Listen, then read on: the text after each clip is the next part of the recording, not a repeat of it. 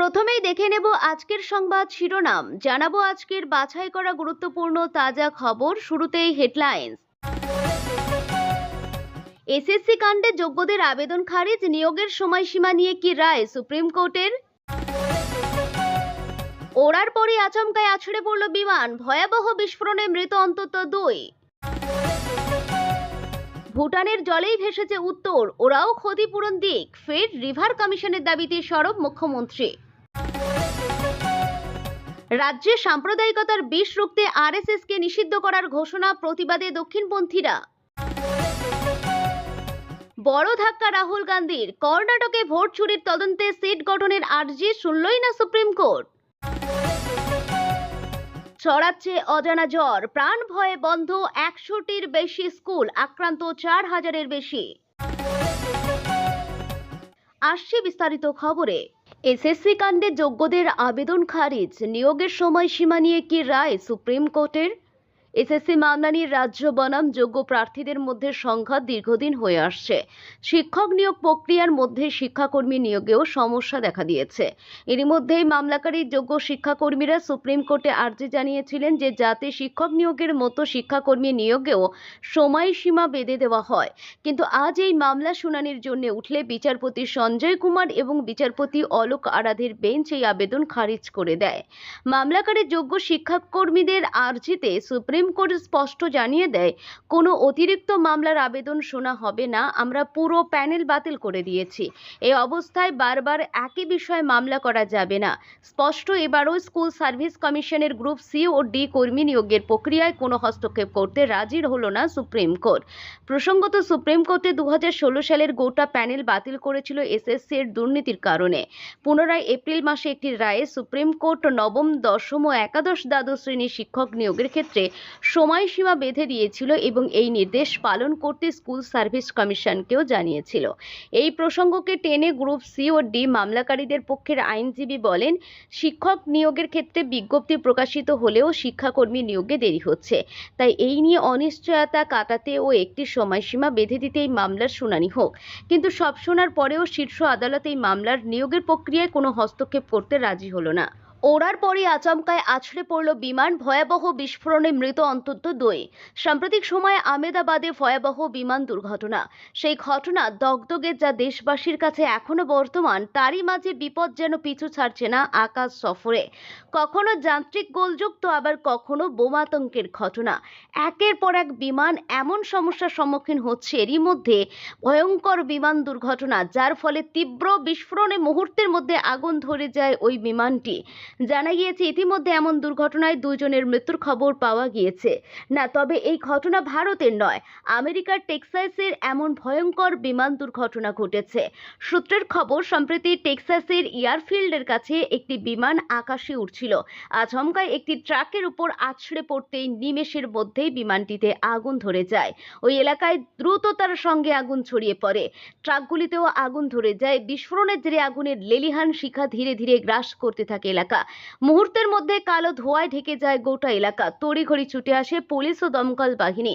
যুদ্ধকালীন পরিস্থিতিতে আগুন নেভানোর কাজ শুরু হয়। সামাজিক মাধ্যমে এমনই একটি ভিডিও ভাইরাল হয়েছে, তবে বিমানটিতে কতজন যাত্রী ছিলেন তা এখনো অবধি জানা যায়নি। ভুটানের জলেই ভেসেছে উত্তর, ওরাও ক্ষতিপূরক দিক। ফের রিভার কমিশনের দাবিতে সরব মুখ্যমন্ত্রী। ভুটানের জলেই ভেসেছে বাংলার উত্তর, এত ক্ষয়ক্ষতি, ওদের ক্ষতিপূরণ দিতে হবে। ফের একবার রিভার কমিশনের দাবি জানিয়ে তোপ মুখ্যমন্ত্রী মমতা বন্দ্যোপাধ্যায়। সোমবার নাগরাকাটার দুর্গত এলাকা পরিদর্শনে গিয়ে তিনি বলেন, 16ই অক্টোবর নয়াদিল্লিতে বৈঠক আছে, আমি আমাদের প্রতিনিধি পাঠাবো, সেখানে আবারও ইন্দো ভুটান রিভার কমিশনের দাবি তোলা হবে। এদিন মুখ্যমন্ত্রী বলেন, তিনি মনে করছেন উত্তরবঙ্গে এই বিপুল ক্ষয়ক্ষতি ঠেকানো যেতে শুধুমাত্র কেন্দ্রের উদাসীনতায় এত বড় বিপর্যয়ের মুখে বাংলা। রাজ্য সরকারের তরফে বলা সত্ত্বেও ইন্দো ভুটান রিভার কমিশন তৈরি হয়নি বলেও তিনি এদিন অভিযোগ করেন। তিনি বলেন, ভুটানের জলে এত বড় দুর্ঘটনা ঘটেছে, অনেকদিন ধরে ইন্দো ভুটান রিভার কমিশন তৈরির কথা বলে আসছি, তাতে বাংলাকেও রাখা হোক। আমাদের চাপে 16 তারিখ একটা মিটিং হচ্ছে, জানতে পেরেছি, আমরা একজন প্রতিনিধি পাঠাবো, কিন্তু ভুটানের কারণেই যখন এত বড় ঘটনা ঘটছে তখন ওরাই ক্ষতিপূরণ দিক। দিল্লি তো কিছু করে না, সবটাই আমাদের করতে হয়। এরপরই মুখ্যমন্ত্রী আশ্বাস দিয়ে জানান, কোনো চিন্তা নেই, যাদের বাড়িঘর ভেঙে গিয়েছে তাদের বাড়ি তৈরি করে দেওয়া হবে। শিবির তৈরি করা হয়েছে, সেখানে গিয়ে নাম লেখান। গরু ছাগল হারালেও নাম লেখান। প্রশাসনের সাহায্যের জন্য রয়েছে। আপাতত নদীর উপর অস্থায়ী সেতু গড়ে দেওয়া হয়েছে, দ্রুত সব ঠিক করে দেওয়া হবে। রাজ্যে সাম্প্রদায়িকতার বিষ রুখতে আরএসএসকে নিষিদ্ধ করার ঘোষণা, প্রতিবাদে দক্ষিণপন্থীরা। কর্ণাটক সরকার শিগগিরই এমন একটি সরকারি আদেশ জারি করতে চলেছে যেখানে বলা হবে যে সমস্ত প্রতিষ্ঠান সরকার দ্বারা পরিচালিত, আর্থিকভাবে সাহায্যপ্রাপ্ত বা সরকারি মালিকানাধীন, সেখানে রাষ্ট্রীয় স্বয়ংসেবক সংঘ এর কার্যকলাপ সম্পূর্ণভাবে নিষিদ্ধ থাকবে। মুখ্যমন্ত্রী সিদ্ধারামাইয়া এই নির্দেশ দেন তাঁর মন্ত্রিসভার এক সদস্য প্রিয়াঙ্কা খাগড়ের চিঠির প্রেক্ষিতে। গত 4 অক্টোবর গ্রামীণ উন্নয়ন, তথ্য প্রযুক্তি ও বায়োটেকনোলজি দপ্তরের মন্ত্রী প্রিয়াঙ্কা খাগড়ে মুখ্যমন্ত্রীকে লেখা চিঠিতে অনুরোধ করেন সরকারি প্রতিষ্ঠানগুলিতে আরএসএস কার্যক্রম নিষিদ্ধ করার জন্য। তার যুক্তি, এই সংগঠন সংবিধান বিরোধী ও বিভাজনমূলক আদর্শ প্রচার করে। রবিবার 12 অক্টোবর মুখ্যমন্ত্রীর দপ্তর সেই চিঠির কপি প্রকাশ করে এবং জানায় যে মুখ্যমন্ত্রী সিদ্ধারামাইয়া সংশ্লিষ্ট দপ্তরগুলিকে উপযুক্ত ব্যবস্থা নেওয়ার নির্দেশ দিয়েছেন। প্রিয়াঙ্কা খাগড়ে রবিবার সংবাদ মাধ্যমকে জানান, আরএসএস এর দর্শন বিষাক্ত, এটি সমাজের কারো উপকার হবে না। যদি তাদের দর্শন এতই ভালো হতো তবে বিজেপি নেতারাই তো তাদের সন্তানদের আরএসএস শাখায় পাঠাতেন। কতজন বিজেপি নেতার সন্তান গণবেশ পড়েন, ত্রিশূল দীক্ষা নেন বা নিয়মিত শাখায় যোগ দেন? তাদের অধিকাংশই বিদেশে বসবাস করছেন। তিনি আরও বলেন, কেন্দ্রীয় স্বরাষ্ট্রমন্ত্রী অমিত শাহের ছেলে এখন আন্তর্জাতিক ক্রিকেট কাউন্সিলের চেয়ারম্যান। কখনো কি তাকে আরএসএস এর পোশাকে দেখা গেছে? আসলে আরএসএস দরিদ্র, তফসিলি জাতি, উপজাতীয়, পিছিয়ে পড়া মানুষের মগজ ধোলাই করতে চায়। বড় ধাক্কা রাহুল গান্ধীর। কর্ণাটকে ভোট চুরির তদন্তে সিট গঠনের আর্জি শুনলই না সুপ্রিম কোর্ট। ভোটার তালিকা ইস্যুতে সুপ্রিম কোর্টের বড় ধাক্কা খেলেন কংগ্রেস নেতা রাহুল গান্ধী। বিরোধী দলনেতা রাহুল গান্ধী তোলা কর্ণাটকে ভোটার তালিকায় বড়সড় কারচুপির অভিযোগের তদন্তের জন্য প্রাক্তন বিচারপতির নেতৃত্বে বিশেষ তদন্তকারী দল গঠনের আর্জি জানিয়ে করা জনস্বার্থ মামলা শুনতেই চাইল না সুপ্রিম কোর্ট। বিচারপতি সূর্যকান্ত এবং বিচারপতি জয়মাল্য বাগচির বেঞ্চ জানিয়েছে যে আবেদনকারী ভারতের নির্বাচন কমিশনের কাছে এই বিষয়টি নিয়ে যেতে পারেন। বেঞ্চ বলছে, আমরা আবেদনকারীরা আইনজীবীর কথা শুনেছি, আমরা এই জনস্বার্থ মামলাটি শুনতে আগ্রহী নই। আবেদনকারী চাইলে ইসিআই এর কাছে যেতে পারেন। আদালতের নির্দেশ মেনে চলা এবং তালিকার একটি স্বাধীন অডিট সম্পূর্ণ না হওয়া পর্যন্ত ভোটার তালিকায় আর কোনো সংশোধন বা চূড়ান্তকরণ যাতে না করা হয় সেই আর্জিও জানানো হয়েছে। পিটিশনে ইসিআইকে ভোটার তালিকাগুলি সহজলভ্য, মেশিন রিডেবল এবং ওসিআর কমপ্লায়েন্ট ফরম্যাটে প্রকাশ করার নির্দেশ দেওয়ার জন্য আবেদন করা হয়েছে, যাতে অর্থপূর্ণ যাচাই, অডিট এবং জনসাধারণের দ্বারা পরীক্ষা করা সম্ভব হয়।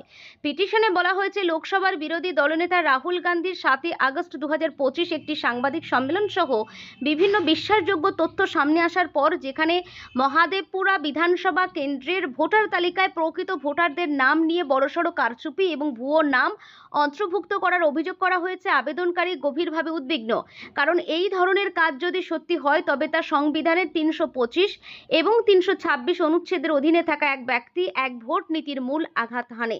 ছড়াচ্ছে অজানা জ্বর, প্রাণ ভয়ে বন্ধ 100টির বেশি স্কুল, আক্রান্ত 4000-এর বেশি। জাপানে ইনফ্লুয়েঞ্জার ঋতু স্বাভাবিকের চেয়ে আগে শুরু হয়েছে। 4000-এরও বেশি কেস রিপোর্ট হওয়ার পর দেশব্যাপী ইনফ্লুয়েঞ্জা মহামারী আনুষ্ঠানিকভাবে ঘোষণা করা হয়েছে। দ্রুত ছড়িয়ে পড়া এই ভাইরাস দেশে উদ্বেগ সৃষ্টি করছে।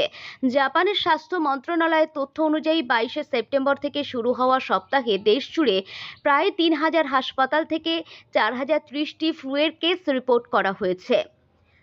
ওকিনাওয়াতে সবচেয়ে বেশি কেস রিপোর্ট করা হয়েছে, এরপরই রয়েছে টোকিও এবং কাগোশিমা। শিশুদের মধ্যে রোগের বিস্তার তীব্র হওয়ায় কর্তৃপক্ষ 100টি বেশি স্কুল, কিন্ডারগার্টেন এবং শিশু যত্ন কেন্দ্র বন্ধ করতে বাধ্য হয়েছে।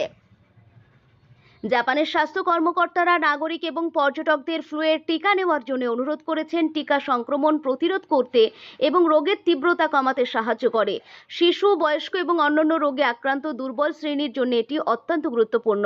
বিশ্ব স্বাস্থ্য সংস্থা পরামর্শ দিয়েছে যে গর্ভবতী মহিলাদের অবশ্যই ফ্লুয়ের টিকা নেওয়া উচিত, কারণ তাদের রোগ প্রতিরোধ ক্ষমতা কমে যাওয়ার সম্ভাবনা থাকে। নিষ্ক্রিয় ফ্লু ভ্যাকসিন গর্ভাবস্থার যে কোনো পর্যায়ে নিরাপদ।